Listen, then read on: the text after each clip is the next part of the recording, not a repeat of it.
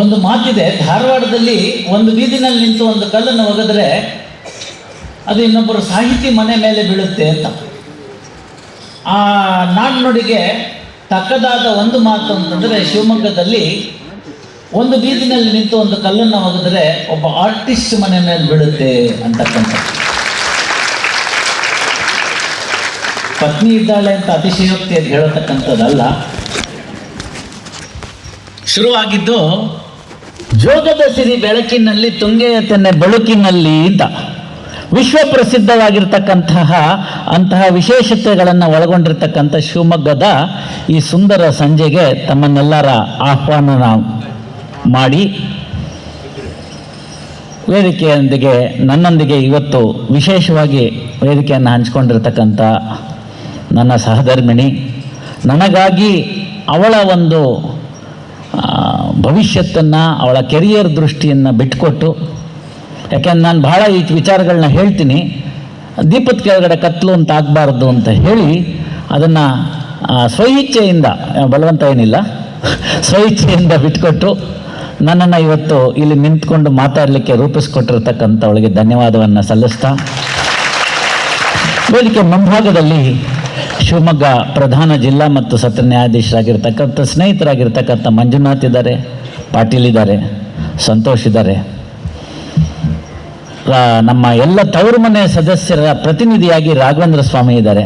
ನಾನು ಯಾವತ್ತೂ ನನ್ನ ವಕೀಲರು ಅಂತ ಕರೀಲಿಲ್ಲ, ಅವರೆಲ್ಲ ನನ್ನ ತವರು ಮನೆ ಸದಸ್ಯರು, ಹಾಗಾಗಿ ಅವ್ರನ್ನ ಪ್ರತಿನಿಧಿಯಾಗಿ ರಾಘವೇಂದ್ರ ಸ್ವಾಮಿ ಅವರಿದ್ದಾರೆ.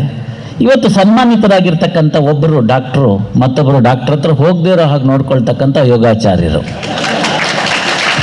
ಹಿರಿಯ ಡಾಕ್ಟ್ರು ನಾಯಕ್ ಅವರಿದ್ದಾರೆ, ಶ್ರೀಗಂಧ ಸಂಸ್ಥೆಯ ಎಲ್ಲ ಪ್ರಮುಖರಿದ್ದೀರಿ. ಇಂತಹ ಒಂದು ಕಾರ್ಯಕ್ರಮವನ್ನು ಆಯೋಜನೆ ಮಾಡಬೇಕು ಅಂತ ಒಂದು ರೂಪುಗೊಂಡಿದ್ದೇ ಶ್ರೀಗಂಧದ ವಿಶೇಷತೆ ಅಂತ ಹೇಳಿದ್ರೆ ತಪ್ಪಾಗ್ಲಿಕ್ಕಿಲ್ಲ. ನಮ್ಮವರು ಯಾರಿದ್ರು, ನಮ್ಮ ದೇಶ ಹೇಗಿತ್ತು ಅನ್ನೋದನ್ನೆಲ್ಲ ತಿಳಿಸ್ಬೇಕು, ಚಿಂತನೆ ಮಾಡಬೇಕು ಅನ್ನೋದನ್ನು ತಿಳಿಸ್ಕೊಟ್ಟಂತಹ ಜನ ಇದ್ದಾರೆ. ಅದನ್ನು ಆಯೋಜನೆ ಮಾಡಿದಂಥ ಉಮೇಶ್ ಆರಾಧ್ಯಾಗಿ ಎಲ್ಲವೂ ಇದ್ದೀರಿ. ಹಿರಿಯ ವಕೀಲರು, 65 ವರ್ಷ ಪ್ರಾಕ್ಟೀಸ್ ಆಗಿದೆ ಅಂತ ನನ್ನ ತಂದೆ ಸಮಾನರಾಗಿರ್ತಕ್ಕಂಥವ್ರು ನನ್ನ ಭೇಟಿ ಮಾಡಿ ನಿಮ್ಮ ಲೆಕ್ಚರ್ ಕೇಳಲಿಕ್ಕೆ ನಾನು ಬಂದಿದ್ದೀನಿ ಅಂತ ಹೇಳಿದ್ದಾರೆ. ಅವರನ್ನು ವಿಶೇಷವಾಗಿ ಈ ಸಂದರ್ಭದಲ್ಲಿ ಸ್ಮರಿಸ್ತಾ, ಶಿವಮೊಗ್ಗದ ಜನತೆ ಸಹೃದಯತೆ ಉಳ್ಳವರು, ಯಾವ ವಿಚಾರಗಳು ಬಂದರೂ ಕೂಡ ಅದಕ್ಕೆ ಸ್ಪಂದಿಸ್ತಕ್ಕಂಥ ಒಂದು ವಿಶೇಷತೆ ಈ ಸ್ಥಳದಲ್ಲಿ ವಿಶೇಷತೆಯನ್ನು ನಾವು ಕಂಡಿರ್ತಕ್ಕಂಥ ಎಲ್ಲ ಸಾರ್ವಜನಿಕರಿದ್ದೀರಿ, ಆರಕ್ಷಕ ದಳದವರಿದ್ದಾರೆ, ಪತ್ರಿಕಾ ಮಿತ್ರರಿದ್ದೀರಿ. ಈ ಕುವೆಂಪು ರಂಗಮಂದಿರದಲ್ಲಿ ಇವತ್ತು ಭಾರತೀಯ ಪುರಾತನದಲ್ಲಿರ್ತಕ್ಕಂಥ ನಮ್ಮ ಪ್ರಾಚೀನ ಭಾರತದ ನ್ಯಾಯ ತತ್ವಗಳೇನಿತ್ತು ಅನ್ನೋದನ್ನು ಈ 4 ಗೋಡೆಗಳಲ್ಲಿ ಅದು ರಿಂಗಣಿಸಿದರೂ ಸಹ ಅದನ್ನು ಮನೆಗಳಿಗೆ ಮತ್ತು ಅಂತಾರಾಷ್ಟ್ರೀಯ ಮಟ್ಟಕ್ಕೆ ತಲುಪಿಸ್ತಕ್ಕಂಥ ಗುರುತರ ಜವಾಬ್ದಾರಿಯನ್ನು ಹೊಂದಿರತಕ್ಕಂಥ ಮಾಧ್ಯಮ ಮಿತ್ರರನ್ನು, ಸಹೃದಯ ಮಾಧ್ಯಮ ಮಿತ್ರರನ್ನು ಇವತ್ತು ಈ ಸಭೆಗೆ ಆಹ್ವಾನಿಸಿದ್ದಾರೆ. 6:10 ನನಗೆ ಬಿಟ್ಕೊಟ್ಬಿಡ್ಬೇಕು ವೇದಿಕೆ ಅಂತ ಹೇಳಿದ್ದೆ. ಈಗ 6:15 ಆಗಿದೆ. 20 ನಿಮಿಷ ತಡ ಅಂದರೆ 20 ನಿಮಿಷ ನಾನು ಮಾತಾಡೋದು ಕಡಿಮೆ ಆಗುತ್ತೆ ಅಷ್ಟೇನೆ. ಹಾಗಂತ ಯಾರು ಚಿಂತಿಸಬೇಕಾಗಿಲ್ಲ. ಯಾವ ವಿಚಾರಕ್ಕೂ ಲೋಪ ಬರದೇ ಇರೋ ರೀತಿಯಲ್ಲಿ ತಿಳಿಸ್ತಾ ಹೋಗೋಣ. ತಾವು ಆ ಒಂದು ಪ್ರಾಚೀನ ಭಾರತ ನ್ಯಾಯಾಂಗ ವ್ಯವಸ್ಥೆ ಅನ್ನೋ ಒಂದು ಶೀರ್ಷಿಕೆ ಯಾಕೆ ಬರಲಾಯಿತು ಅನ್ನೋದ್ರ ಬಗ್ಗೆ ಒಂದು ಕ್ಷಣ ಬೆಳಕನ್ನು ಚೆಲ್ಲಬೇಕು. ಪ್ರಪಂಚದಾದ್ಯಂತ ಇವತ್ತು ನಾವು ಹೇಳ್ತಾ ಇದ್ದೀವಲ್ಲ ವಿಶ್ವಗುರು ಅಂತ, ಅದು ಇವತ್ತು ನಾವು ಪುನರುತ್ಥಾನ ಮಾಡಬೇಕಾಗಿರ್ತಕ್ಕಂಥ ಸಂದರ್ಭ. ಭಾರತ ಎಂದೆಂದಿಗೂ, ಅಂದಿಗೂ ಇಂದಿಗೂ ಎಂದೆಂದಿಗೂ ಕೂಡ ವಿಶ್ವಗುರು ಆಗಿತ್ತು ಅನ್ನೋದನ್ನು ನಮ್ಮ ಯಾರು ಪ್ರಾಚೀನ ನ್ಯಾಯಾಂಗ ವ್ಯವಸ್ಥೆಯನ್ನು ಅಲ್ಪ ಸ್ವಲ್ಪ ಸ್ಟಡಿ ಮಾಡ್ತಾರೆ ಅವರಿಗೆ ತಿಳಿದಿರ್ತಕ್ಕಂಥದ್ದು. ಹೇಗಾದ ಗೊತ್ತಾ ಅನ್ನೋದು ಚಲನಚಿತ್ರದ ಹಾಡು. ಹೇಗಿದ್ದ ದೇಶ ಹೀಗಾಯ್ತಲ್ಲ ಅನ್ನೋದು ನನಗೆ ಅಳುಕು. ಪ್ರಪಂಚದಾದ್ಯಂತ ವಿಶ್ವದಲ್ಲಿ ಜನ ಇನ್ನೂ ಬಟ್ಟೆ ಹಾಕೊಳ್ಳಕ್ಕೆ ಬರದಲ್ಲೇ ಆದಿ ಮಾನವರ ಥರ ತಿರುಗ್ತಿದ್ದಂಥ ಸಂದರ್ಭದಲ್ಲಿ ಉತ್ಕೃಷ್ಟವಾಗಿರ್ತಕ್ಕಂಥ ನ್ಯಾಯಾಂಗ ವ್ಯವಸ್ಥೆಯನ್ನು ಹೊಂದಿದ್ದಂಥ ದೇಶ ಇದು. ಆ ದೇಶವನ್ನು ನಾವು ಇವತ್ತು ಈ ರೀತಿಯಾಗಿ ಕೇಳಬೇಕು, ಆ ವಿಚಾರದ ಬಗ್ಗೆ ನಾವು ಮಾತಾಡಬೇಕು ಅನ್ನೋದನ್ನೇ ಮಾತಾಡಬೇಕು ಅನ್ನೋದನ್ನೇ ನನಗೆ ಒಂದು ಖೇದ ಅನ್ನಿಸ್ತಾ ಇದೆ. ಇದೆಲ್ಲ ನಮಗೆ ಗೊತ್ತಿರಬೇಕಾದಂಥವ್ರು. ಪಾಶ್ಚಾತ್ಯ ದೇಶಗಳನ್ನು ನೋಡಿ, ಏನೂ ಇಲ್ಲ, ಸಣ್ಣದೇನೋ ಒಂದಿದೆ. ನೀವೆಲ್ಲ ಫಾರಿನ್ ಟೂರ್ಗೆ ಹೋಗಿ ಬಂದವ್ರಿಗೆ ಗೊತ್ತಾಗುತ್ತೆ. ಅಲ್ಲೇನೂ ಇರೋದಿಲ್ಲ, ಏನೋ ಒಂದು ಸಣ್ಣದೊಂದು ಪ್ರಿಮಿಟಿವ್ ಸ್ಟೇಜಲ್ಲಿ ಇರ್ತಕ್ಕಂಥದ್ದು ಯಾವುದೋ ಶಿಲ್ಪವೋ ಮತ್ತೊಂದೋ ಮಗದೊಂದೋ ಇನ್ನೇನೋ ಒಂದು ಮಾನ್ಯುಮೆಂಟೋ ಇರುತ್ತೆ. ಅದನ್ನು ಶೋಕೇಸ್ ಮಾಡೋ ರೀತಿ ನೋಡ್ಬೇಕು ನೀವು. ಅದು ಯಾವುದೋ ಭಾಳ ದೊಡ್ಡ ವಿಚಾರ ಅನ್ನೋ ರೀತಿಯಲ್ಲಿ ಶೋಕೇಸ್ ಮಾಡಿರ್ತಾರೆ. ಆದರೆ ಇಲ್ಲಿ ಹಂಗಲ್ಲ, ಎಲ್ಲ ಮೈದೊಳೆದು ನಿಂತು ಬಿಟ್ಟಿದೆ. ಈ ಭಾಗದಲ್ಲಿ ಹೇಳ್ತಾನೆ, ಶ್ರೀಗಂಧವನ್ನ ಎಷ್ಟು ಬೆಳೆದಿತ್ತು ಈ ನಾಡಿನಲ್ಲಿ ಅಂತಂದರೆ, ಆ ಶ್ರೀಗಂಧದ ನಾಡಿನಲ್ಲಿ ಜನರು ಅಡುಗೆಗೆ ಸಾಯಂಕಾಲಕ್ಕೆ ಆ ತುಂಡುಗಳನ್ನ, ಶ್ರೀಗಂಧದ ತುಂಡುಗಳನ್ನ ಸೌದೆಯಾಗಿ ಉಪಯೋಗಿಸ್ತಿದ್ರು ಅಂತ. ಅತಿಯಾದರೆ ಅಮೃತವೂ ವಿಶ್ವೇನೋ ಅಂತ ಅನಿಸುತ್ತೆ. ಹಾಗಾಗಿ ಇವತ್ತು ಶ್ರೀಗಂಧದ ಮರಕ್ಕೆ ನಾವು ಕಾಂಕ್ರೀಟಿನ ಗೋಡೆ, ಕಬ್ಬಿಣದ ಬೇಲಿ ಹಾಕುವಂಥ ಪರಿಸ್ಥಿತಿಗೆ ಬಂದಿದೆ. ನ್ಯಾಯಾಂಗ ವ್ಯವಸ್ಥೆ ಕೂಡ ಅದಕ್ಕೆ ಹೊರತಾಗಲಿಲ್ಲ. ಸ್ವಲ್ಪ ಹಿನ್ನೆಲೆ ನೋಡ್ತಾ ಹೋಗಬೇಕು. ಮೂರನೇ ಶತಮಾನದಲ್ಲಿ ನ್ಯಾಯಾಂಗ ವ್ಯವಸ್ಥೆ ಉತ್ಕೃಷ್ಟತೆಯನ್ನು ತಲುಪಿತ್ತು. 3ನೇ ಶತಮಾನ ಊಹೆ ಮಾಡಿಕೊಳ್ಳಿ. 14ನೇ ಶತಮಾನದಲ್ಲಿ ಬಂದಂತಹ ಬ್ರಿಟಿಷ್ ಜೂರಿಸ್ಟು, ಆತ ಬರೆದಿರ್ತಕ್ಕಂಥ ವಿಚಾರವನ್ನು ನಾವು ಗಮನಿಸಬೇಕು. ನಮ್ಮ ಪುಸ್ತಕ ಆದರೆ ನೀವು ಬೇಕಾದಂಗೆ ಬರ್ಕೋತೀರಿ, ನಿಮ್ಗೆ ಇಲ್ದಿರೋದೆಲ್ಲ ಹೇಳ್ಕೊಳ್ಳೋದು ಅನ್ನೋತಕ್ಕಂಥದ್ದು ಒಂದು ಭಾವನೆ ನಮ್ಮಲ್ಲಿ ಬಂದುಬಿಟ್ಟಿರುತ್ತೆ. ಪ್ರೊಫೆಸರ್ ಕೆನ್ನಿ ಅಂತ, ಈಸ್ ಎ ಬ್ರಿಟಿಷ್ ಜೂರಿಸ್ಟು. ಆತ ಕೆನ್ನೀಸ್ ಔಟ್ಲೈನ್ಸ್ ಆಫ್ ಕ್ರಿಮಿನಲ್ ಲಾ ಅಂತ ಒಂದು ಪುಸ್ತಕ ಬರೆದಿದ್ದಾರೆ. ನಮ್ಮ ಹೈಕೋರ್ಟ್ ಲೈಬ್ರರಿಗೂ ನಾನು ರಿಜಿಸ್ಟ್ರಾರ್ ಜನರಲ್ ಇದ್ದಾಗ 4 ಪುಸ್ತಕ ಎಕ್ಸ್ಟ್ರಾ ತರಿಸಿಟ್ಟಿದ್ದೀನಿ, ಜನ ಓದಲಿ ಅಂತ. ಆತ ಬರೆಯುವಂಥ ಸಂದರ್ಭದಲ್ಲಿ ಬರೀತಾನೆ, ಕ್ರೈಮ್ ಅನ್ನೋ ಪದ 14ನೇ ಶತಮಾನದ ಉಗಮದ ಹೊತ್ತಿಗೆ ಬ್ರಿಟಿಷರಿಗೆ ಗೊತ್ತಿರಲಿಲ್ಲ ಅಂತ ಹೇಳ್ತಾನೆ. ಇವತ್ತಿಗೆ ನಾವು ಕ್ರಿಮಿನಲ್ ಪ್ರೊಸೀಜರ್ ಕೋಡ್ ತೆಗೆದ್ರೆ, ಯಾರು ನಮ್ಮ ಆಸಕ್ತರು, ವಕೀಲರು, ತವರ ಮನೆ ಸದಸ್ಯರು ಇದ್ದೀರಿ, ಅವರೆಲ್ಲ ಇವತ್ತು ನೋಡಲಿ, ಇನ್ಕ್ಲೂಡಿಂಗ್ ಜಡ್ಜಸ್ ನೋಡಲಿ, ಕ್ರೈಮ್ ಅನ್ನೋ ಪದಕ್ಕೆ ನಾವು ಇದುವರೆಗೂ ಡೆಫಿನೇಷನ್ನೇ ಹೇಳ್ಕೊಳ್ಳಿಲ್ಲ. ಮತ್ತೆ ಕ್ರಿಮಿನಲ್ ಪ್ರೊಸೀಜರ್ ಕೋಡ್ ಅಂತ ಇದೆಯಲ್ಲ ಅಂತ ಇದೆ, ಏನು ಮಾಡೋದು? ಇದು ನಮ್ಮ ಖೇದವಾಗಿರ್ತಕ್ಕಂಥದ್ದು. ಅವ್ರಿಗೆ ಗೊತ್ತಿರಲಿಲ್ಲ ಅಂತ ನಾನು ಹೇಳಿದ್ರೆ ಬೇಜಾರಾಗುತ್ತೆ ಅವ್ರಿಗೆ. ಅವರವರೇ ಹೇಳಿದ್ದಾರೆ, ಬ್ರಿಟಿಷ್ ಟೂರಿಸ್ಟ್ ಕೆನ್ನಿ ಹೇಳ್ತಾನೆ ಅದನ್ನು. 14ನೇ ಶತಮಾನದ ಉಗಮದ ಹೊತ್ತಿಗೆ ಅದರ ಬಗ್ಗೆ ಒಂಚೂರು ಹೇಜಿ ಐಡಿಯಾ, ಅಸ್ಪಷ್ಟವಾಗಿರ್ತಕ್ಕಂಥ ಒಂದು ಚಿತ್ರಣವನ್ನು ಗೊತ್ತಾಯಿತು ಅಂತ ಹೇಳ್ತಾರೆ. ಅದಕ್ಕೆ ಅವರು ಫೆಲೋನಿ ಅಂತ ಕರ್ಕೋತಾರೆ. ಅಂದರೆ ನಾವು ಆ ಬ್ರಿಟಿಷರ ಸಂದರ್ಭದಲ್ಲಿ ನಮ್ಮ ನ್ಯಾಯದ ಪದ್ಧತಿಯನ್ನು ಆ ಕಡೆಗೆ ಹಾಕಿ ತಳ್ಳಿ ಅವರ ನ್ಯಾಯ ಪದ್ಧತಿಯನ್ನು ಇಟ್ಬಿಟ್ಟಾದ್ರಿಂದ ಆ ಕ್ರಿಮಿನಲ್ ಪ್ರೊಸೀಜರ್ ಕೋಡ್ ಏನಿತ್ತು ಅದನ್ನು ಹೀಗೆ ಕಾಪಿ ಹೊಡೆದಿಟ್ಕೊಂಡ್ಬಿಟ್ವಿ. ಹಾಗಾಗಿ ನಮ್ಗೆ ಇವತ್ತಿನವರೆಗೂ ಕ್ರೈಮ್ ಅನ್ನೋದು ಡೆಫಿನೇಷನ್ ಬರಲಿಲ್ಲ. ಕ್ರೈಮ್ ಅನ್ನೋ ಡೆಫಿನೇಷನ್ನೇ ಗೊತ್ತಿಲ್ಲದಿದ್ಮೇಲೆ ಏನು ಕ್ರಿಮಿನಲ್ ಪ್ರೊಸೀಜರ್ ಕೋಡ್ ಇಟ್ಕೊಳ್ಳೋದು ನಾವು? ಈ ಪರಿಸ್ಥಿತಿಗೆ ಉತ್ತರವನ್ನು ಹುಡುಕುವಂಥ ಸಂದರ್ಭ ನನಗೆ ಒದಗಿ ಬಂತು. ಆ ಸಂದರ್ಭದಲ್ಲಿ ನಾನು ಹಾಗಾದರೆ ನಮ್ಮ ದೇಶದಲ್ಲಿ ಏನಿತ್ತು ಅಂತಕ್ಕಂಥದ್ದು ನೋಡೋಣ ಅನ್ನೋ ದೃಷ್ಟಿಯನ್ನು ಇಟ್ಕೊಂಡು ಆ ಸಂದರ್ಭವನ್ನು ನೋಡಿದಾಗ ನಮ್ಮ ಪ್ರೊಫೆಸರ್ ಬಳಿ ಹೋಗಿ ಕೇಳಿದೆ, ಗುರುಗಳೇ ಹೀಗಿದೆ, ಯಾಕೆ ಹೀಗಾಯಿತು ಅಂತ. ಆಗ ಅವರಂದರು, ನೋಡಪ್ಪ, ಇದು ನಿನಗೆ ಹಾಳಿಲ್ಯದ ಗಂಟಲೋಳು ಕಡಬಂ ತುರುಕಿದಂತೆ ಅಂತಾಗುತ್ತೆ. ನಿನ್ಗಿನ್ನೂ ಅಷ್ಟು ಜ್ಞಾನ ಇಲ್ಲ, ಆದರೆ ಒಂದೊಂದೇ ಕೊಡ್ತಾ ಹೋಗ್ತೀನಿ, ಅದನ್ನು ಓದ್ತಾ ಹೋಗು. ನೀನು ಓದ್ತಾ ಹೋದ ಹಾಗೆ ನಿನಗೆ ಗೊತ್ತಾಗ್ತಾ ಹೋಗುತ್ತೆ ಅಂತ ಹೇಳಿ ಕೆಲವು ಪುಸ್ತಕಗಳನ್ನು ಕೊಟ್ಟರು. ಆ ಪುಸ್ತಕಗಳನ್ನೆಲ್ಲ ನಾನು ಅಭ್ಯಾಸ ಮಾಡಿದೆ. ಇವತ್ತಿಗೆ ಕೂಡ ಯಾವುದೇ ಲೆಕ್ಚರ್ ನಾನು ಪ್ರಾರಂಭ ಮಾಡೋಕ್ಕೆ ಮುಂಚೆ ಮನಸ್ಸಿನಲ್ಲೇ ನನ್ನ ಗುರುಗಳಿಗೆ ವಂದಿಸಿ ನಾನು ಪ್ರಾರಂಭ ಮಾಡ್ತೀನಿ. ಹಾಗೆ ನೋಡಿದಾಗ ನಮ್ಮ ಭಾರತದಲ್ಲಿ ಇದ್ದಂಥ ನ್ಯಾಯಗಳು, ನ್ಯಾಯದ ತತ್ವಗಳು ಯಾವ ರೀತಿ ಇತ್ತು ಅಂತ ಕಂಪೇರ್ ಮಾಡ್ತಾ ಹೋಯ್ತು ಅಂತಂದರೆ ಬಹಳ ಬಹಳ ಬಹಳ ಖುಷಿ ಸಿಕ್ಕುತ್ತೆ. ಇವತ್ತೇನು ನಾವು ಮಾಡ್ರನ್ ಪ್ರಿನ್ಸಿಪಲ್ಸ್ ಅಂತ ಕರ್ಕೋತೀವಿ, ಅವೆಲ್ಲ ಹೊಳೆದಾಗೋಗಿದ್ದದ್ದು, ಅವೆಲ್ಲ ಇದ್ದಿದ್ದಂಥದ್ದು ಅಂತ ನನಗೆ ಭಾಳ ಖುಷಿ ಆಗ್ಬಿಡ್ತದೆ. ಹಾಗಾದರೆ ಸರ್, ನಾನು ಅದರ ಮೇಲೇ ಥೀಸಿಸ್ ಬರೀತೀನಿ ಅಂತ ಹೇಳಿ ನಾನು ML ಥೀಸಿಸ್ಗೆ ಆ ಸಬ್ಜೆಕ್ಟ್ನ ಆಯ್ಕೆ ಮಾಡಿಕೊಂಡೆ. ಆ ಸಂದರ್ಭದಲ್ಲಿ ನಮ್ಮ ಭಾರತದಲ್ಲಿದ್ದಂಥ ನ್ಯಾಯ ತತ್ವಗಳನ್ನು ನಾನು ತಿಳ್ಕೊಳ್ತಕ್ಕಂಥ ಅವಕಾಶವನ್ನು ನನಗೆ ಒದಗಿ ಬಂತು. ಭಂಡಾರ್ಕರ್ ಓರಿಯೆಂಟಲ್ ರಿಸರ್ಚ್ ಇನ್ಸ್ಟಿಟ್ಯೂಟ್ ಅಂತ ಪುಣೆನಲ್ಲಿದೆ. ಅಲ್ಲಿಗೆ ಹೋಗಿ ನಾನು ಆ ಸ್ಮೃತಿಗಳ ತಾಳೆಗರಿ ಮೇಲಿರ್ತಕ್ಕಂಥ ಮೂಲ ಪ್ರತಿಗಳೇನಿದೆ ಅದನ್ನ ನೋಡಿ ಬಂದಂತ ಪುಣ್ಯ ನನ್ನದಾಗಿದೆ. ಮೈಸೂರು ಮಹಾರಾಜರು ಕೂಡ ಇದಕ್ಕೇನು ಹಿಂದೆ ಬಿದ್ದಿರಲಿಲ್ಲ. ಮೈಸೂರು ಓರಿಯೆಂಟಲ್ ರಿಸರ್ಚ್ ಲೈಬ್ರರಿ ಅಂತ ಮಾಡಿದ್ದಾರೆ. ಅಲ್ಲಿ ಮಹಾರಾಜಾಸ್ ಓರಿಯೆಂಟಲ್ ರಿಸರ್ಚ್ ಲೈಬ್ರರಿ ಅಂತ ಬಾಗಿಲು ಹಾಕ್ಕೊಟ್ಟಿದ್ವಿ. ಈಗಿನ ನಮ್ಮ ಯುವರಾಜರು ಏನಿದ್ದಾರೆ ಅವರು ಅದರ ಬಗ್ಗೆ ಆಸಕ್ತಿ ವಹಿಸಿ ಅದನ್ನು ಪುನಃ ಪ್ರಾರಂಭ ಮಾಡಿದ್ದಾರೆ.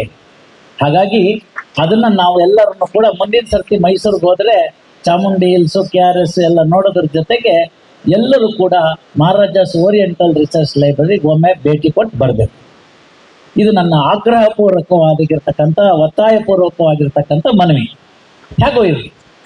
ಅದನ್ನು ನೋಡಿದ ಮೇಲೆ ನನಗೇನು ಅನ್ನಿಸ್ತು ಅಂತಂದರೆ, ಭಾರತಕ್ಕೆ ಇದ್ದಂತಹ ನ್ಯಾಯದಲ್ಲಿರ್ತಕ್ಕಂತಹ ಪಾತ್ರ ಹೇಗಿತ್ತು ಅಂತ.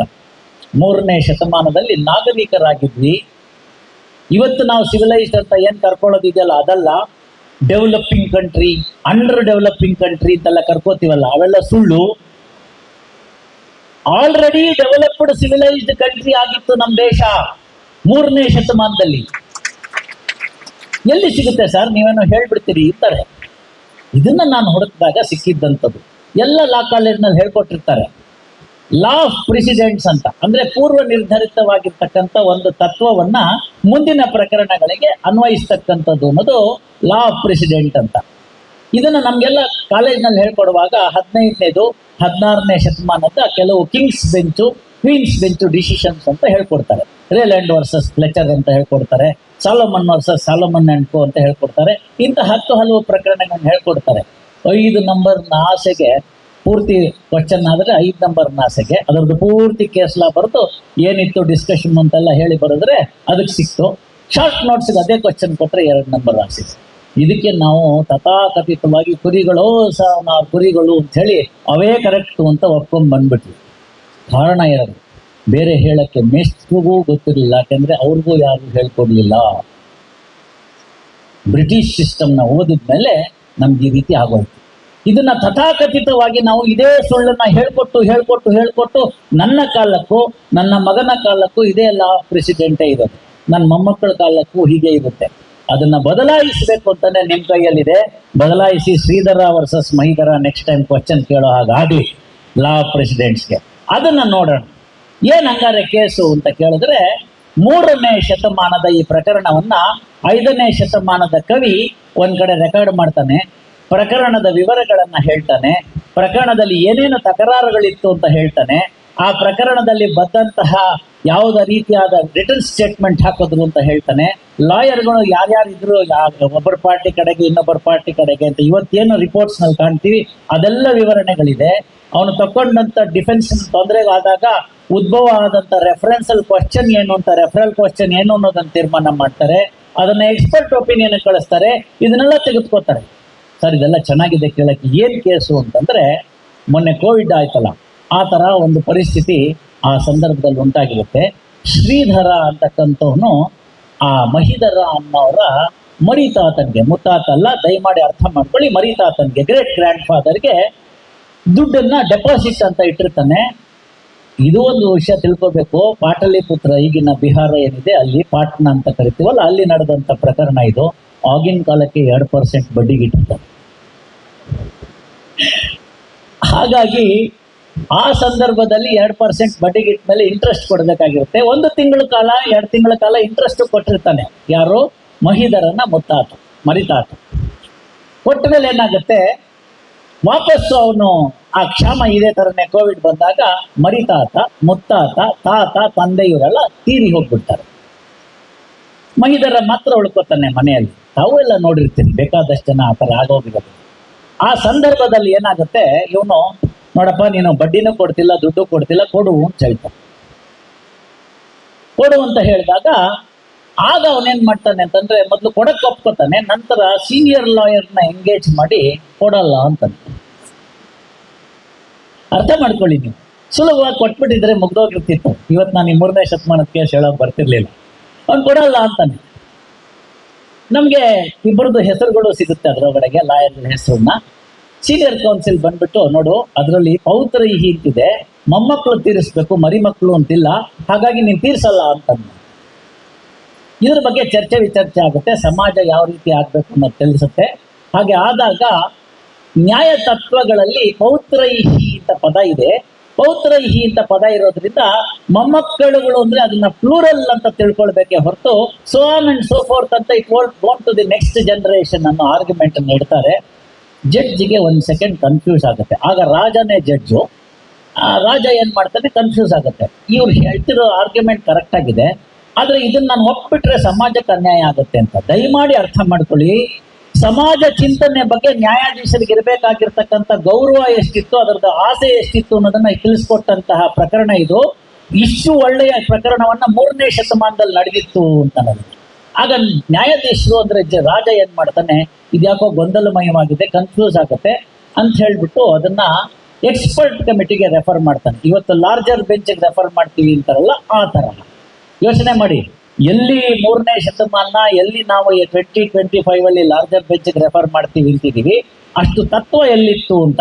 ಅದನ್ನ ಲಾರ್ಜರ್ ಬೆಂಚ್ ಅಂದ್ರೆ ವಿದ್ವಾಂಸರ ಅಭಿಪ್ರಾಯಕ್ಕೆ ಕಳಿಸ್ಕೊಡ್ತಾರೆ.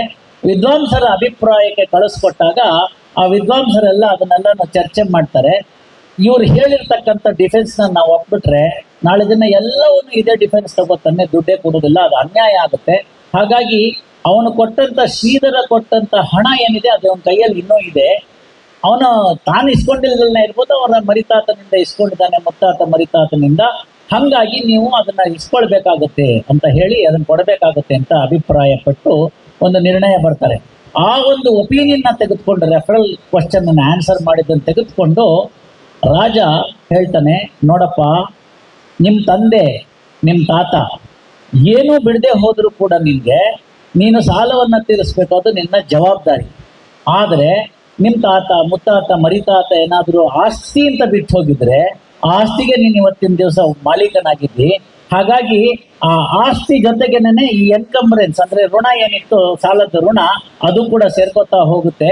ಆದ್ದರಿಂದ ನೀನು ಕೊಡಬೇಕಾಗುತ್ತೆ ಅಂತ ಹೇಳ್ಬಿಟ್ಟು ಡಿಗ್ರಿ ಮಾಡ್ತಾರೆ ಸೂಟ್ ಡಿಗ್ರಿ ಮಾಡಿದ್ದಷ್ಟೇ ಅಲ್ಲ, ಈ ತರ ಡಿಫೆನ್ಸ್ ತಗೊಂಡಂತ ಡಿಫೆನ್ಸ್ ಲಾಯರ್ಗೆ ನಿನ್ನ ಈ ಒಂದು ಕೃತ್ರಿಮತೆಯನ್ನ ತೋರಿಸಿದ್ಯಲ್ಲ, ನಾಳೆಯಿಂದ ನೀನು ಪ್ರಾಕ್ಟೀಸೇ ಮಾಡಬೇಡಪ್ಪ ಅಂತ ಹೇಳಿದ್ದಂತ ದೇಶ ಇದು. ಎಷ್ಟರಲ್ಲಿ ನಾವು ಕಂಡಿದ್ದೀವಿ ನ್ಯಾಯಾಲಯದ ಆದೇಶವನ್ನು ಉಲ್ಲಂಘಿಸಿದ್ದಾನೆ ಅಂತ ಸಂಪೂರ್ಣವಾಗಿ ತೀರ್ಮಾನವಾದರೂ ಸಹ ₹1 ಹಾಕ್ಬಿಟ್ಟು ಬಿಟ್ಬಿಟ್ವಲ್ಲ, ನಾಳೆಯಿಂದ ಪ್ರಾಕ್ಟೀಸ್ ಮಾಡಬಾರ್ದು ಅಂದ್ಬಿಟ್ಟಿದ್ರೆ ಚೆನ್ನಾಗಿರ್ತಿತ್ತಲ್ವಾ? ದಯಮಾಡಿ ಎಲ್ಲ ಚಿಂತನೆ ಮಾಡಬೇಕಾಗಿರ್ತಕ್ಕಂಥದ್ದು. ಯಾಕೆಂದ್ರೆ ನ್ಯಾಯ ಅಂತಕ್ಕಂಥದ್ದು ಸಮಾಜಮುಖಿಯಾಗಿರ್ಬೇಕು. ನಾವು ಕೊಡ್ತಕ್ಕಂಥ ತೀರ್ಪು ಸಮಾಜಕ್ಕೆ ಅನುಕೂಲವಾಗ್ತಕ್ಕಂಥ ತೀರ್ಪಾಗಬೇಕು. 10 ಜನ ಸರಿಯಾಗಿದೆ ಅಂತ ಹೇಳ್ಬೇಕು. ಅದನ್ನ ನೋಡಿ ಬಸವಣ್ಣವ್ರು ಹೇಳಿದ್ದು, ನುಡಿದರೆ ಮುತ್ತಿನ ಹಾರದಂತಿರಬೇಕು, ಲಿಂಗ ಅಹುದಹುದೆನ್ನಬೇಕು ಅಂತ, ಶಲಾಕೆ ಅಂತಿರಬೇಕು ಅಂತ ಹೇಳ್ತಾರೆ. ನ್ಯಾಯಾಧೀಶರ ತೀರ್ಪುಗಳು ಹೀಗೆ ಇರಬೇಕು ಅನ್ನೋದು ನನ್ನ ಭಾವನೆ. ಹಾಗಿದ್ದಂಥ ದೇಶ. ಅದಕ್ಕೆ ಶ್ರೀಧರ ವರ್ಸಸ್ ಮಹಿಧರ ನಮ್ಮ ಸ್ನೇಹಿತರು ಕೇಳಿದ್ದಾರೆ, ನಾನು ಅವ್ರಿಗೆ ಅಶ್ಯೂರೆನ್ಸ್ ಕೊಟ್ಟಿದ್ದೀನಿ. ವಕೀಲರಿಗೆ ಒಂದು ಕಾಪಿಯನ್ನು ತರಿಸ್ಕೊಡ್ತೀನಿ, ಹೈಕೋರ್ಟ್ ಲೈಬ್ರರಿನಲ್ಲಿದೆ. ಅದರದ ಪೂರ್ತಿ ವಿವರಣೆ ಬನಾರಸ್ಸಲ್ಲಿದೆ, ಅಲ್ಲಿ ಕೂಡ ಪತ್ರ ವ್ಯವಹಾರ ಮಾಡಿ ತರಿಸ್ಕೊಡ್ತೀನಿ ಅದನ್ನು. ಸದ್ಯಕ್ಕಂತೂ ಈ ಪ್ರಕರಣ ರಾಮ ಜೋಯಿಸ್ ಅವರ ಲೀಗಲ್ ಅಂಡ್ ಕಾನ್ಸ್ಟಿಟ್ಯೂಷನಲ್ ಹಿಸ್ಟ್ರಿ ಅಂತ ಅಂತಕ್ಕಂಥ ಒಂದು ಪುಸ್ತಕದಲ್ಲಿ ಉಲ್ಲೇಖವಾಗಿದೆ. ಅಲ್ಲಿಂದನೇ ನಾನು ತೆಗೆದಿದ್ದು. ಇಂತಹ ದೇಶದಲ್ಲಿ ಇವತ್ತು ದುಡ್ಡು ಕೊಡಲ್ಲ ಅಂತ ಹೇಳ್ತಂದ್ರೆ ಟೈಮ್ ಆಗೋಯ್ತು, ಮತ್ತೊಂದು ಮಗ್ದೊಂದು ಅಂತ ಆಯ್ತು, ಹೋಗಿ ಆರಾಮಾಗಿ ಇದ್ಬಿಡು ಅಂತೀವಲ್ಲ, ಅದು ಚಂದವೋ ಇದು ಚಂದವೋ, ಆಯ್ಕೆ ನಿಮ್ಮದು. ಹೀಗೆ ಇದ್ದಂತಹ ಪರಿಸ್ಥಿತಿನಲ್ಲಿ ನಮಗೆ ಇದನ್ನೆಲ್ಲ ಗೈಡಿಂಗ್ ಪ್ರಿನ್ಸಿಪಲ್ಸ್ ಯಾವುದಾಯಿತು ಅನ್ನೋದು ಬರಬೇಕಾಗ್ತದೆ. ಗೈಡಿಂಗ್ ಪ್ರಿನ್ಸಿಪಲ್ಸ್ ಯಾವುದು ಅಂತ ನೋಡಿದಾಗ ಮೂಲತಃ ಇದೆಲ್ಲ ಕಿವಿಯಿಂದ ಕೇಳಿದ್ದು, ಇದಕ್ಕೆ ಶ್ರುತಿಗಳು ಅಂತ ಕರೆದ್ವಿ ನಾವು. ಆ ಶ್ರುತಿಗಳನ್ನ ನಂತರದಲ್ಲಿ ಹೌದು ಅವ್ರೇನು ಹೇಳಿದ್ರು ನೀನೇನು ಹೇಳಿದ್ರು, ಇಲಿ ಹೋಯ್ತು ಅಂದ್ರೆ ಹುಲಿ ಹೋಯ್ತು ಅಂತ ಆಗ್ಬಿಡ್ಬಾರ್ದು, ಯಾಕೆ? ಅದಕ್ಕೆ ಅದಾಗ್ಲಿಲ್ಲ ಅಂತ ಆಯ್ತು. ನಂತರ ಬಂದಿದ್ದು ಸ್ಮೃತಿಗಳು ಅಂತ, ಯಾವುದು ನೆನಪಿನಲ್ಲಿ ಉಳಿಯಿತು ಅದನ್ನ ಹೇಳತಕ್ಕಂಥದ್ದು. ಯಾವಾಗ ಲಿಪಿ ಅಥವಾ ಬರವಣಿಗೆ ಬಂತು ಆಗ ಅದನ್ನ ಬರವಣಿಗೆಗಿಳಿಸಿದ್ರು. ತಮಗೆಲ್ಲ ತಿಳಿದಿರೋ ಹಾಗೆ ಅತ್ಯಂತ ಪ್ರಾಚೀನವಾಗಿರ್ತಕ್ಕಂಥ ಭಾಷೆ ಅಂತಂದ್ರೆ ಅದು ಸಂಸ್ಕೃತವಾಯಿತು. ಆ ನಂತರ ಎಷ್ಟೋ ವರ್ಷಗಳ ನಂತರ ಬ್ರಾಹ್ಮಿ ಲಿಪಿ ಬಂತು. ಹೀಗೆ ಬಂದಂಥದ್ದು ಬ್ರಾಹ್ಮಿ, ತಿಗಳಾರಿ ಇತ್ಯಾದಿ ಲಿಪಿಗಳೆಲ್ಲ ಬಂತು. ಪಾಳಿ ಕೂಡ ಒಂದು ಲಿಪಿ, ಬೌದ್ಧರ ಸಂದರ್ಭದಲ್ಲಿ ಪಾಳಿ ಅನ್ನತಕ್ಕಂಥದ್ದು ಒಂದು ಲ್ಯಾಂಗ್ವೇಜ್ ಆಯಿತು. ಲಿಪಿ ಮಾತ್ರ ಹಾಗೆ ಉಳ್ಕೋತು. ಈ ಲಿಪಿ ಬಂದಾಗ ಸ್ಮೃತಿಯಲ್ಲಿ ಇದ್ದಂಥದ್ದನ್ನ ಬರವಣಿಗೆ ಮಾಡ್ತಕ್ಕಂಥ ಮೊದಲನೇ ಭಾಗ ಬಂತು. ಹಾಗೆ ಬಂದಿದ್ದೆ ಸ್ಮೃತಿಗಳು ಅಂತ. ಆ ಸ್ಮೃತಿಗಳಲ್ಲಿ ಉಲ್ಲೇಖ ಆಗಿರ್ತಕ್ಕಂಥ ಎಷ್ಟೋ ವಿಚಾರಗಳನ್ನ ನಿಮಗೆ ಕಾಣಕ್ಕೆ ಸಿಗುತ್ತೆ, ಇವತ್ತಿಗೂ ಇದೆ. ಅಂತಹ ಸ್ಮೃತಿಗಳನ್ನೆಲ್ಲ ನಾವು ಆ ಭಂಡಾರ್ಕರ್ ಓರಿಯೆಂಟಲ್ ರಿಸರ್ಚ್ ಇನ್ಸ್ಟಿಟ್ಯೂಟ್ನಲ್ಲಿ ಹಾಗೆ ಕಾಪಾಡ್ಕೊಂಡು ಬಂದಿದ್ದಾರೆ. ನಮ್ಮ ದೇಶದ ದುರ್ದೈವ, ಅಲೆಕ್ಸಾಂಡರ್ ಬಂದ, ದೇಶವನ್ನು ಹಾಳು ಮಾಡ್ದ, ದಿಗ್ವಿಜಯ ಮಾಡ್ದ, ಎಲ್ಲವನ್ನ ಸುಟ್ಟಾಕ್ಬಿಡಿ ಅಂತ ಹೇಳ್ದ. ಆ ಸುಟ್ಟಾಕುವಂಥ ಸಂದರ್ಭದಲ್ಲಿ ಆಗಿನ, ಇದು ವೆಸ್ಟ್ ಬೆಂಗಾಲ್ನಲ್ಲಿ ನಡೀತು ಅಂತಾರೆ, ನನಗೆ ಸ್ಪಷ್ಟತೆ ಇಲ್ಲ ಅದ್ರ ಬಗ್ಗೆ. ಈ ಹಿಸ್ಟೋರಿಯನ್ಸ್ ಬೇರೆ ಬೇರೆ ಕಡೆ ಹೇಳ್ತಾರೆ, ವೆಸ್ಟ್ ಬೆಂಗಾಲ್ ಅಂತ ಬಹುತೇಕರು ಅದನ್ನು ಅಭಿಪ್ರಾಯ ಪಟ್ಟಿದ್ದಾರೆ. 4 ವೇದಗಳಿವೆ, ಆ 4 ವೇದಗಳಿಂದ ನೀವು ಬಂದಿರತಕ್ಕಂಥ ಜ್ಞಾನವನ್ನ ನನಗೆ ಕೊಟ್ಬಿಡ್ಬೇಕು, ನಾನು ಅದನ್ನು ಸುಟ್ಟು ಹಾಕ್ತೀನಿ ಅಂತ ಅಲೆಕ್ಸಾಂಡರ್ನ ದೂತ ಬಂದು. ಆಗ ಇವ್ರು ಹೇಳ್ತಾರೆ, ಎಲ್ಲಪ್ಪ ನಮ್ಮಲ್ಲಿ ಸುಡಕ್ಕೂ ಒಂದು ಮೆಥಡ್ ಇದೆ, ಸ್ವಲ್ಪ ತಡ್ಕೋ, ಅದಕ್ಕೆಲ್ಲ ಯಜ್ಞ ಯಾಗಾದಿಗಳನ್ನ ಮಾಡಬೇಕು, ಮಾಡಿ ನಾವು ಸುಡ್ತೀವಿ, ಅದಕ್ಕೇನು ಹಾಕ್ಬೇಕು ಅಂತ, ನಾನೇ ನಿನ್ನ ಎದುರಿಗೆ ಸುಟ್ಟಾಕ್ತೀನಿ, ಬೇಕಾದ್ರೆ ನಿಮ್ಮ ರಾಜಂಗೂ ಬರೆಯೋಲ್ಲ ಅಲೆಕ್ಸಾಂಡರ್ಗೂ ಅಂತ ಹೇಳ್ತಾರೆ. ಇಲ್ಲ ನನ್ಗೆ ಹೇಳಿದರೆ ನನ್ನ ಎದುರಿಗೆ ಸುಟ್ಟರೆ ಸಾಕು ಅಂತ 7 ದಿವಸಗಳಲ್ಲಿ ತನ್ನ 4 ಮಕ್ಕಳುಗಳಿಗೆ ಆ 4 ವೇದಗಳನ್ನು ಬಾಯಿಪಾಠ ಮಾಡಿಸಿ ಅವರಿಂದ ಅದನ್ನ ಪುನರುಜ್ಜೀವನ ಮಾಡ್ತಕ್ಕಂಥದ್ದು ಅಂತ ಅನ್ನೋದು ಇತಿಹಾಸ. ಹಾಗಾಗಿ ಏಕವೇದಿ ಅಂತ ಯಾರನ್ನೂ ಕರೆಯೋದಿಲ್ಲ, ನೀವು ಅರ್ಥ ಮಾಡ್ಕೊಳ್ಳಿ. ದ್ವಿವೇದಿ, ತ್ರಿವೇದಿ, ಚತುರ್ವೇದಿ ಅಂತ ಕರಿತಕ್ಕಂಥದ್ದು ಪದ್ಧತಿ. ಯಾಕೆಂದ್ರೆ ಒಂದು ವೇದ ಎಲ್ರಿಗೂ ಗೊತ್ತಿರಬೇಕು ಅನ್ನೋದು ಡಿಫಾಲ್ಟ್ ಕಂಡೀಷನ್ ಅಂತ. ಹಾಗಾಗಿ ಅದನ್ನು ಯಾರನ್ನೂ ಏಕವೇದಿ ಅಂತ ಕರೀಲಿಲ್ಲ. ಇವತ್ತು ಅದೇ ಗೊತ್ತಿಲ್ಲ ನಮಗೆ. ಹಾಗಿದ್ದಕ್ಕಂಥ ಸಂದರ್ಭದಲ್ಲಿ ಏನಾಗುತ್ತೆ, ಈ ವೇದಗಳಿಂದ ಮೂಲಗಳಲ್ಲಿ ಬಂದಿದ್ದು ಶ್ರುತಿ, ಶ್ರುತಿಯಿಂದ ಬಂದಿರತಕ್ಕಂಥ ಸ್ಮೃತಿ, ಸ್ಮೃತಿಗಳಿಂದ ಬರವಣಿಗೆಗೆ ಬಂತು, ಬರವಣಿಗೆಗೆ ಬಂದಾಗ ಹಲವು ಸ್ಮೃತಿಕಾರರು ಬಂದೋಗ್ತಾರೆ. ಅದಕ್ಕೆಲ್ಲ ವಿವರಣೆಗಳನ್ನ ಕೊಡ್ತಕ್ಕಂಥಕ್ಕೆ ಇನ್ನೊಂದು ವೇದಿಕೆ ಮಾಡ್ಕೊಳ್ಳೋಣ, ಅದಕ್ಕೆ ಸಮಯ ಇಲ್ಲ ಈಗ. ಯಾವ್ಯಾವ ಸ್ಮೃತಿಗಳಲ್ಲಿ ಏನೇನು ಬಂತು ಅಂತಕ್ಕಂಥದ್ದನ್ನೇ ಒಂದು ದೊಡ್ಡ ಕ್ಲಾಸು, ಅದನ್ನ ಇನ್ನೊಂದು ಸ್ವಲ್ಪ ನೋಡ್ತಾ ಹೋಗೋಣ. ಇವತ್ತಿನ ನಮ್ಮ ಹತ್ತಿರಕ್ಕೆ ಬರ್ತಕ್ಕಂಥ ಒಂದು ಸ್ಮೃತಿನ ನಾವು ಇವತ್ತು ನೋಡಬೇಕು ಅಂತಂದ್ರೆ, ಮೊದಲು ಯಾಜ್ಞವಲ್ಕದಲ್ಲಿ ಬಂತು. ಅದನ್ನ ಯಾಜ್ಞವಲ್ಕ ಸ್ಮೃತಿನಲ್ಲಿ ಚಾಪ್ಟರ್ ವೈಸ್ ಮಾಡಿ ತಿಳ್ಕೊಂಡು ಬಂದು ಹೇಳಿದ್ರು, ಒಂದ್ ಕಡೆ ಗುರುತು ಹಾಕಿದ್ರು, ಅದನ್ನೆಲ್ಲ ಮಾಡ್ತೀವಿ. ಯಾಜ್ಞವಲ್ಕ ಬಂದ ನಂತರ ಅದಕ್ಕೆ ಮಿತಾಕ್ಷರ ಅಂತ 10ನೇ ಶತಮಾನದಲ್ಲಿ ವಿಜ್ಞಾನೇಶ್ವರ ಅಂತ ಕಲಬುರ್ಗಿನಲ್ಲಿದ್ದಂಥ ಒಬ್ಬ ಪುಣ್ಯಾತ್ಮ ಅದಕ್ಕೊಂದು ಕಾಮೆಂಟ್ರಿ ಬರೀತಾನೆ. ಅದು ಇವತ್ತಿನ ನಮ್ಮ ಇವತ್ತು ಏನು ಹೆಣ್ಮಕ್ಳುಗಳು ಅಂತ ಕೇಳ್ತಾ ಇದ್ದೀವಿ ನಾವು, ಈಗ ಸರ್ಕಾರ ಏನು ಹೇಳಿದೆ, ನಾವು 2005ರಿಂದ ಹೆಣ್ಮಕ್ಳಿಗೆ ನಾವು ಆಸ್ತಿಯನ್ನ ಕೊಟ್ಟಿದ್ದೀವಿ, ಅವ್ರಿಗೆ ಹಕ್ಕನ್ನ ಕೊಟ್ಟಿದ್ದೀವಿ, ಸಮಾನರಾಗಿ ನೋಡಿದ್ದೀವಿ ಅಂತ. ಅದು ಯಥಾ ಪ್ರಕಾರ ಸುಳ್ಳು. 10ನೇ ಶತಮಾನದಲ್ಲಿ ಹೆಣ್ಮಕ್ಳಿಗೂ ಅವನು ಸಮಭಾಗ ಕೊಡಬೇಕು ಅಂತ ಹೇಳಿದಂಥವನು ವಿಜ್ಞಾನೇಶ್ವರ, ಅದು ಕಲಬುರ್ಗಿಲಿ ಕೂತವನು. ಅದನ್ನ ಮಿತಾಕ್ಷರ ಅಂತ ಕರೀತಾರೆ. ಅಲ್ಲಿ ಒಂದು ಭಾಗವನ್ನ ಹೇಳ್ತಾನವನು, ಅದು ಕಾನೂನ ವಿಚಾರವನ್ನ ತಿಳ್ಕೊಂಡಿರೋರು ಗೊತ್ತಿರುತ್ತೆ. ಸಪಿಂಡ ಅಂತಕ್ಕಂಥ ಒಂದು ಕಾನ್ಸೆಪ್ಟ್. ಅಂದ್ರೆ ಸಪಿಂಡ ಅಂತಕ್ಕಂಥದ್ದನ್ನ ಕಾನ್ಸೆಪ್ಟ್ನ ಹೇಳುವಂಥ ಸಂದರ್ಭಗಳಲ್ಲಿ ನ್ಯಾಯಾಲಯಗಳಲ್ಲಿ ಏನ್ ಮಾಡ್ಬಿಡ್ತಾರೆ ಅಂದ್ರೆ, ತಿಥಿ ಮಾಡುವಾಗಿರ್ತಕ್ಕಂಥ ಅನ್ನದ ಉಂಡೆ ಏನಿದೆ ಅದನ್ನ ಪಿಂಡ ಅಂತ ಕೇಳ್ಕೊಂಡು ಅದನ್ನ ಯಾರು ಇಡ್ತಾರೆ ಅವ್ರಿಗೆ ಹಕ್ಕು ಅಂತ ಪ್ರತಿಪಾದನೆ ಮಾಡ್ಬಿಟ್ಟಿರ್ತಾರೆ. ಇದಕ್ಕೆ ವ್ಯತಿರಿಕ್ತವಾಗಿದ್ದಂಥ ಆಗಿನ ಪದ್ಧತಿನಲ್ಲಿ ದಾಯಭಾಗ ಅಂತ ಈಗಲೂ ವೆಸ್ಟ್ ಬೆಂಗಾಲ್ನಲ್ಲಿ, ಸ್ವಲ್ಪ ಭಾಗ ಬಿಹಾರದಲ್ಲಿ, ಸ್ವಲ್ಪ ಭಾಗ ಅಸ್ಸಾಂನಲ್ಲಿ ಈ ದಾಯಭಾಗ ಅಂತಕ್ಕಂಥದ್ದನ್ನ ಹಾಗೆ ಉಳಿಸ್ಕೊಂಡಿದ್ದಾರೆ. ಇನ್ನು ಅದು ಬಿಟ್ಟರೆ ಇಡೀ ಭೂಮಂಡಲಕ್ಕೆ, ಇಡೀ ಭಾರತದಕ್ಕೆ ಅನ್ವಯ ಆಗ್ತಕ್ಕಂಥದ್ದು ಅಂತಂದ್ರೆ, ಆಗಿನ ಕಾಲದ ಲಾಹೋರ್ಗೆ ಅನ್ವಯ ಆಗ್ತಿತ್ತು, ಪಠಾಣ್ಕೋಟ್ಗೆ ಅನ್ವಯ ಆಗ್ತಿತ್ತು, ರಂಗೂನ್ಗೆ ಅಪ್ಲೈ ಆಗ್ತಿದ್ದಂಥ ಲಾ ಯಾವ್ದಿತ್ತು ಅಂತ ಹೇಳಿದ್ರೆ ಅದು ಮಿತಾಕ್ಷರ ಇತ್ತು. ಎಲ್ಲಿ ಕೂತು ಬರ್ತಿತ್ತು? ಕನ್ನಡದವನ್ನೇ ಆದ ಕಲಬುರ್ಗಿಯಲ್ಲಿ ಕೂತಂತ ವಿಜ್ಞಾನೇಶ್ವರ ಬರೆದಿದ್ದು. ಇವತ್ತು ಬಹಳ ಬೇಜಾರಾಗುತ್ತೆ, ಅಲ್ಲಿಯವ್ರಿಗೆ ಗೊತ್ತಿಲ್ಲ. ಇಲ್ಲಿ ಮತ್ತೂರು ಇದ್ರೆ ಅಲ್ಲಿ ಮರ್ತೂರು ಅಂತಿದೆ. ಇಲ್ಲಿ ಮತ್ತೂರು ಅಂತಿದೆ, ಸಂಸ್ಕೃತದ ಒಂದು ವಿಶೇಷವಾಗಿರ್ತಕ್ಕಂಥ ಶಿವಮೊಗ್ಗಕ್ಕೆ ಕೊಡುಗೆ. ಅದರ ಹೆಸರು ಮರ್ತೂರು ಅಂತ. ನಮ್ಮ ಜನ ನೋಡಿ ಹೆಸರನ್ನು ಚೆನ್ನಾಗಿ ಜ್ಞಾಪಕ ಇಟ್ಕೋತಾರೆ, ಹೆಸರೇ ಮರ್ತೂರು ಅಂತ ಮರ್ತೇ ಹೋದ್ರು. ಇದನ್ನ ಮನಗಂಡಂತ ಒಬ್ಬ ಧಾರವಾಡದ ಒಬ್ಬ ಪ್ರೊಫೆಸರ್ ಅವರು ಇದನ್ನ ರಾಮಜೋಯಿಸ್ ಅವ್ರ ಗಮನಕ್ಕೆ ತರ್ತಾರೆ. ಆಗಿನ್ನೂ ಅವ್ರ ವಕೀಲರು ರಾಮಜೋಯಿಸ್ ಅವರು, ಇನ್ನೂ ಹೈಕೋರ್ಟ್ ಜಡ್ಜ್ ಆಗಿರ್ಲಿಲ್ಲ. ತುರ್ತು ಪರಿಸ್ಥಿತಿಯ ಮುಂಭಾಗದ ಆ ಭಾಗದಲ್ಲಿ ಇದನ್ನ ಗಮನಕ್ಕೆ ತರ್ತಾರೆ ಧಾರವಾಡದ ಒಬ್ಬರು ಪ್ರೊಫೆಸರ್ ಅವರು. ಅವ್ರಿಗೇನೋ ವಿಚಾರ ಓದಕ್ಕೆ ಹೋದಾಗ ವಿಜ್ಞಾನೇಶ್ವರನ ಪ್ರತಿಮೆ ಸಿಕ್ಕಿದೆ ಅಲ್ಲಿ ಮರ್ತೂರಿನಲ್ಲಿ ಅನ್ನೋದನ್ನ ಹೇಳಿದಾಗ ಅದರ ಬಗ್ಗೆ ಕಾಳಜಿ ವಹಿಸಿದಂಥ ರಾಮಜೋಯಿಸ್ ಅವರು ಬಹಳ ದೊಡ್ಡ ಕೆಲಸವನ್ನ ಮಾಡಿ ಅದ್ರ ಬಗ್ಗೆ ಎಲ್ಲ ವಿಶೇಷವಾಗೆಲ್ಲ ವಿಚಾರಗಳನ್ನ ತಿಳಿಸ್ಕೊಟ್ಟು ಸೆಡಮ್ನಲ್ಲಿರ್ತಕ್ಕಂಥವ್ರನ್ನೆಲ್ಲರನ್ನ ಒಟ್ಟಿಗೆ ಸೇರಿಸ್ಕೊಂಡು ಆ ಪ್ರಕಾರದಲ್ಲಿ ಅವ್ರನ್ನೆಲ್ಲ ಸಮಾನ ಮನಸ್ಕರನ್ನ ಸೇರಿಸಿ ಅಲ್ಲಿ ಒಂದು ವಿಜ್ಞಾನೇಶ್ವರ ಪ್ರತಿಷ್ಠಾನ ಅಂತ ಒಂದು ಟ್ರಸ್ಟ್ ಅನ್ನ ಮಾಡ್ತಾರೆ. ಅಲ್ಲಿ ಇವತ್ತಿಗೂ ಕೂಡ ಈ ವಿಜ್ಞಾನೇಶ್ವರನ ಒಂದು ಮೂರ್ತಿಯನ್ನ ಇಟ್ಟು ಕೆಲವು ಪುಸ್ತಕಗಳನ್ನ ಇಟ್ಟಿದ್ದಾರೆ. ಆಸಕ್ತರು ಮುಂದಿನ ಸರ್ತಿ ಕಲಬುರ್ಗಿಗೆ ಹೋದಾಗ ದಯವಿಟ್ಟು ಅಲ್ಲಿಗೆ ಭೇಟಿ ಕೊಟ್ಟು ನೋಡ್ಕೊಂಡು ಬನ್ನಿ. ಅಷ್ಟು ಒಂದು ವಿಶೇಷವನ್ನ ರಾಮಜೋಯಿಸ್ ಅವ್ರು ಮಾಡಿಕೊಟ್ಟು ನಮ್ಮ ಪುಣ್ಯವನ್ನ ಸಂಪಾದನೆ ಮಾಡಿಕೊಟ್ಟಿದ್ದಾರೆ. ಹೀಗೆ ಆ ಸ್ಮೃತಿಗಳನ್ನ ನೋಡುವಂತ ಸಂದರ್ಭದಲ್ಲಿ ಯಾಜ್ಞವಲ್ಕ್ಯನ ಹಿತಾಕ್ಷರ ಬರೆದಾಗ ಅವರು ಹೆಣ್ಮಕ್ಳಿಗೆ ಕೊಡುವಾಗ ಹೇಳ್ತಾರೆ, ಅಲ್ಲ ಕಣೋ, ಅನ್ನದ ಪಿಂಡವನ್ನ ಇಡ್ತಕ್ಕಂಥದ್ದು ಅಥವಾ ಹಿಟ್ಟಿನಲ್ಲಿ ಇಡ್ತಕ್ಕಂಥ ಪಿಂಡದವನಿಗೆ ಅವನಿಗೆ ನಿನ್ನ ಆಸ್ತಿ ಕೊಟ್ಬಿಟ್ರೆ ರಕ್ತವನ್ನ ಹಚ್ಚಿ ಹುಟ್ಟಿಕೊಂಡಂತ ಹೆಣ್ಮಗಳಿಗೆ ಏನು ತೊಂದರೆ ಮಾಡಿದಾಳೆ ಅಂತ ಕೇಳ್ತಾನೆ ವಿಜ್ಞಾನೇಶ್ವರ. ಅದಕ್ಕೆ ಗರ್ಭೋಪನಿಷತ್ ಅಂತ ಒಂದು ಗ್ರಂಥವನ್ನ 2500 BC ಪಿಪ್ಪಲಾದ ಅಂತಕ್ಕಂಥವ್ನು ಬರೆದಿರ್ತಕ್ಕಂಥದ್ದು. ನಮ್ಮ ಡಾಕ್ಟರ್ಗಳಿಗೆ ಕಣ್ಣೆತ್ತಿ ನೋಡ್ಬೇಕಾಗಿರ್ತಕ್ಕಂಥದ್ದು.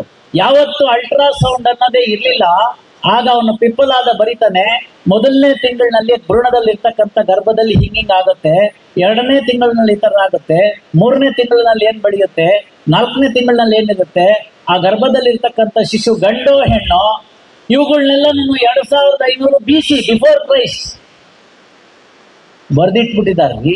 ಇದನ್ನ ಲೆಕ್ಕ ತಗೊಂಡು ಇಂಟರ್ಪ್ರಿಟ್ ಮಾಡಿ ಯಾಜ್ಞವಲ್ಕ್ಯ ಸ್ಮೃತಿಗೆ ಆವತ್ತಿನ ದಿವಸ ವಿಜ್ಞಾನೇಶ್ವರ ಏನ್ ಹೇಳ್ತಾನೆ ಅಂತಂದ್ರೆ, ಸಪ್ತಧಾತು ಸಮನ್ವಯನ ಅಂತ. ರಕ್ತ, ಅಸ್ಥಿ, ಮಜ್ಜೆ ಇವುಗಳನ್ನೆಲ್ಲ ಹಂಚಿಕೊಂಡು XX ಕ್ರೋಮೋಸೋಮ್ ಆಯ್ತು ಅಂತಂದ್ರೆ ಹೆಣ್ಮಗಳಾಗ್ತಾಳೆ, XY ಕ್ರೋಮೋಸೋಮ್ ಆಯ್ತು ಅಂತಂದ್ರೆ ಗಂಡ್ಮಗಳಾಗ್ತಾಳೆ. ಹಾಗಾಗಿ ತಂದೆ ತಾಯಿಗಳ ಎಲ್ಲ ಗುಣಗಳು ಕೂಡ ಹೆಣ್ಮಗಳಲ್ಲಿ ಇಲ್ವಾ, ಹಾಗಾಗಿ ಅವಳಿಗೂ ಕೂಡ ನೀವು ಆಸ್ತಿಯನ್ನ ಕೊಡಬೇಕು, ಬರೇ ಪಿಂಡ ಇಟ್ಟವ್ರಿಗೆ ಅಲ್ಲ ಅಂತ 10ನೇ ಶತಮಾನದಲ್ಲಿ ಪ್ರತಿಪಾದನೆ ಮಾಡ್ತಾರೆ. ಮುಂದೆ ನಾರದ ಸ್ಮೃತಿಗಳು ಅಂತ ಬರ್ತಾರೆ. ನಿಮ್ಗೆ ಇವೆಲ್ಲ ಹೆಸರುಗಳು ನಿಮ್ಗೆ ಅನ್ನಿಸ್ಬಹುದು, ಏನಂತ ಅಂತಂದ್ರೆ ಇದೇನು ನಮ್ಗೆ ಕಾಣ್ತಾರಲ್ಲ ನಾರಾಯಣ ನಾರಾಯಣ ಅಂತಾರಲ್ಲ, ಆ ನಾರದರ ಅಂತ. ನಾರದರು ಅಂತಕ್ಕಂಥದ್ದು ಇಲ್ಲಿ ನಮ್ಗೆ ಬರ್ತಕ್ಕಂಥದ್ದು, ನಾರದರು ಅಂದ್ರೆ ಒಬ್ರು ಕಾಮೆಂಟೇಟರ್ ಅಂತ, ಅಂದ್ರೆ ಅದರ ಮೇಲೆ ಒಂದು ಕಾಮೆಂಟ್ರಿ ಬರೆದಂತ ಪುಣ್ಯಾತ್ಮರು. ಅವರು ನಾರದ ಸ್ಮೃತಿಯಲ್ಲಿ ಹೇಳ್ತಕ್ಕಂಥ ವಿಚಾರಗಳನ್ನ ನಿಮ್ಗೆ ಒಂದು ಸಣ್ಣ ಜಲಕ್ಕು, ನಮ್ಮ ರಾಷ್ಟ್ರದಲ್ಲಿ ಯಾವ ರೀತಿ ಇತ್ತು, ಈಗ ಮಾಡ್ರನ್ ಯಾವ ರೀತಿ ಇದೆ ಅಂತ ಅನ್ನೋದನ್ನ ಹೇಳ್ತಾ ಹೋಗೋದ್ರಲ್ಲಿ ಹೇಳ್ತಾನೆ. ಇದ್ರದ್ದು ಕ್ರಿಸ್ತ ಶಕ 200 ಅಂತ ಹೇಳ್ತಾನೆ. ನೋಡಿ, ನಮ್ಮಲ್ಲಿ ಏನಿತ್ತು ಅಂದ್ರೆ ಬಡ್ಡಿಗೆ ದುಡ್ಡು ಕೊಡೋ ಪದ್ಧತಿ ಇರಲಿಲ್ಲ, ದಯಮಾಡಿ ಅರ್ಥ ಮಾಡ್ಕೊಳ್ಳಿ. ಅನ್ನ ವಿಕ್ರಯ ಇರಲಿಲ್ಲ, ಯಾರನ್ನು ಅನ್ನವನ್ನ ಮಾರಾಟ ಮಾಡಬಾರ್ದು ಅಂತ ಹೇಳಿದ್ರು. ಯಾರಿಗಾದ್ರೂ ಬಡ್ಡಿಗೆ ದುಡ್ಡು ಕೊಟ್ಟ ಅದನ್ನ ಬಡ್ಡಿ ವಸೂಲಿ ಮಾಡ್ತು ಅಂತ ಹೇಳ್ತು ಅಂತಂದ್ರೆ ಅವರಿಗೆ ಗರ್ಭದಲ್ಲಿರ್ತಕ್ಕಂಥ ಶಿಶುವನ್ನ ಕೊಂದಂತ ಪಾತಕ ಅನ್ನೋದು ಬರುತ್ತೆ ಅಂತ ಹೇಳಿದ್ರು.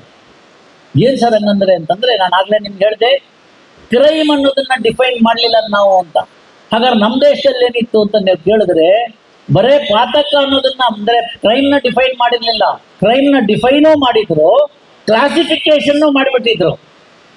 ಕ್ಲಾಸಿಫಿಕೇಶನ್ ಬಹಳ ಚೆನ್ನಾಗಿದೆ, ನೀವು ನೋಡ್ಬೇಕು ಅದನ್ನ. ಸ್ಮೃತಿಗಳಲ್ಲಿ ಕ್ಲಾಸಿಫಿಕೇಶನ್ ಮಾಡುವಾಗ ಹೇಳ್ತಾರೆ, ಪಾಪ ಅಥವಾ ಕ್ರೈಮ್ ಅಥವಾ ಪಾತಕ ಅನ್ನೋದು ನಡೆಯೋದು ಕೇವಲ 2 ಕಾರಣಕ್ಕಾಗಿ ಅಂತ, ಒಂದು ಹೆಣ್ಣಿಗಾಗಿ, ಒಂದು ಮಣ್ಣಿಗಾಗಿ ಅಂತ ನೇರವಾಗಿ ಹೇಳ್ಬಿಟ್ಟಿದ್ದಾರೆ.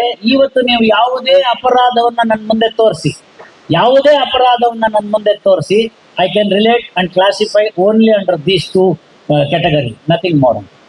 ತಾವು ನೋಡ್ತಾ ಇದ್ದೀರಿ, ಪ್ರತಿ ದಿವಸ ನೋಡ್ತಾ ಇದ್ದೀರಿ, ಯಾವ ದೇಶದಲ್ಲಿ ಹೆಣ್ಣು ಮಗಳನ್ನ ನಾವು ದೇವತೆ ಅಂತ ಕರೆದ್ವಿ, ಲಕ್ಷ್ಮೀ ರೂಪವಾಗಿ ಕರೆದ್ವಿ, ನದಿಗಳಿಗೆ ಹೆಣ್ಣು ಮಕ್ಕಳ ಹೆಸರಿನಿಟ್ಟು ಗೌರವಪೂರ್ವಕವಾಗಿ ಕರೆದ್ವಿ, ಪ್ರಕೃತಿ ಮಾತೆಯನ್ನ ಹೆಣ್ಣು ಅಂತ ಕರೆದ್ವಿ, ಭೂಮಿ ತಾಯಿಯನ್ನ ಕ್ಷಮಯಾಧರಿತ್ರಿ ಅಂತ ಕರೆದ್ವಿ.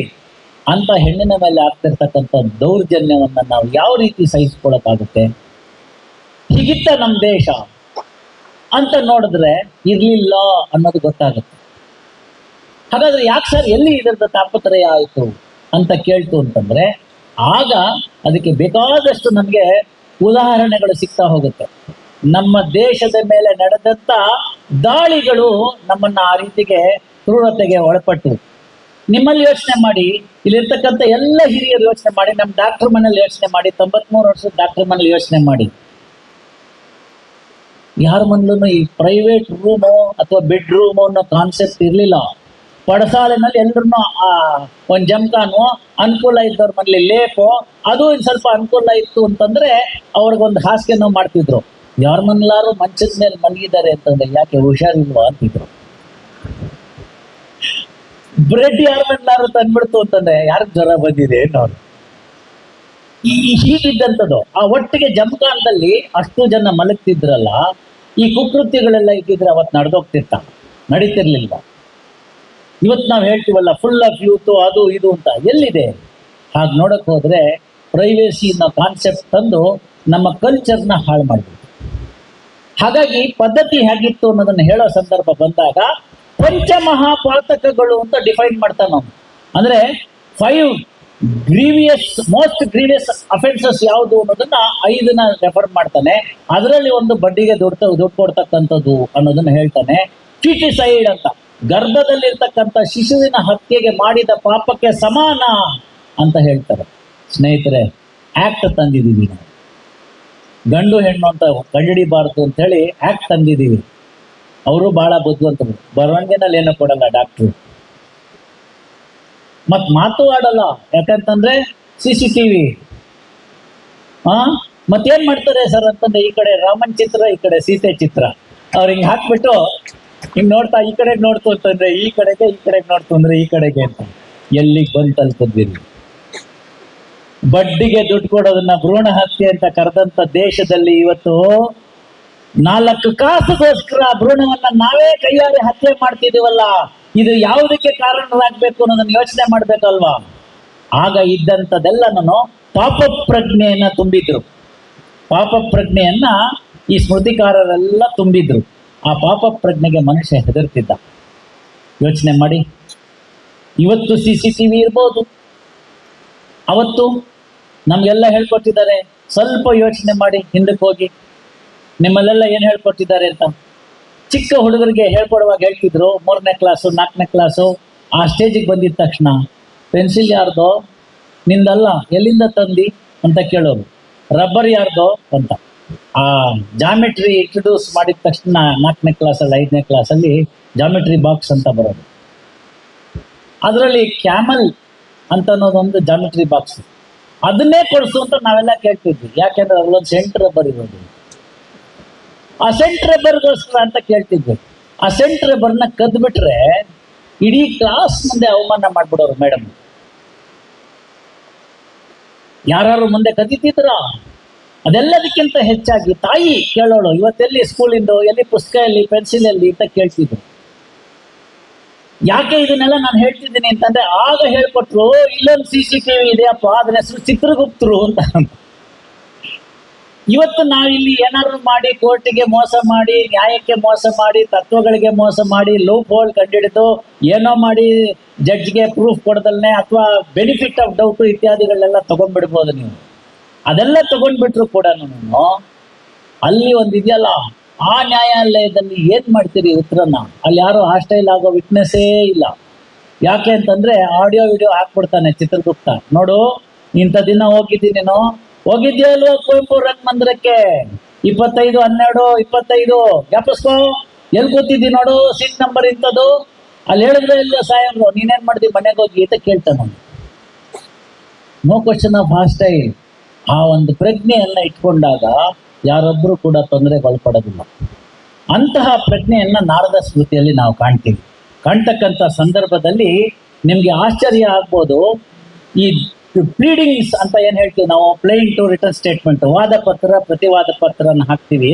ಅದು ಹೇಗಿರ್ಬೇಕು ಅನ್ನೋದನ್ನ ಹೇಳ್ತಾ ಹೋಗೋ ಕಾಲಕ್ಕೆ ವಾದ ಪತ್ರಗಳು ದೋಷದಿಂದ ದೂರವಾಗಿರಬೇಕು ಅಂತ.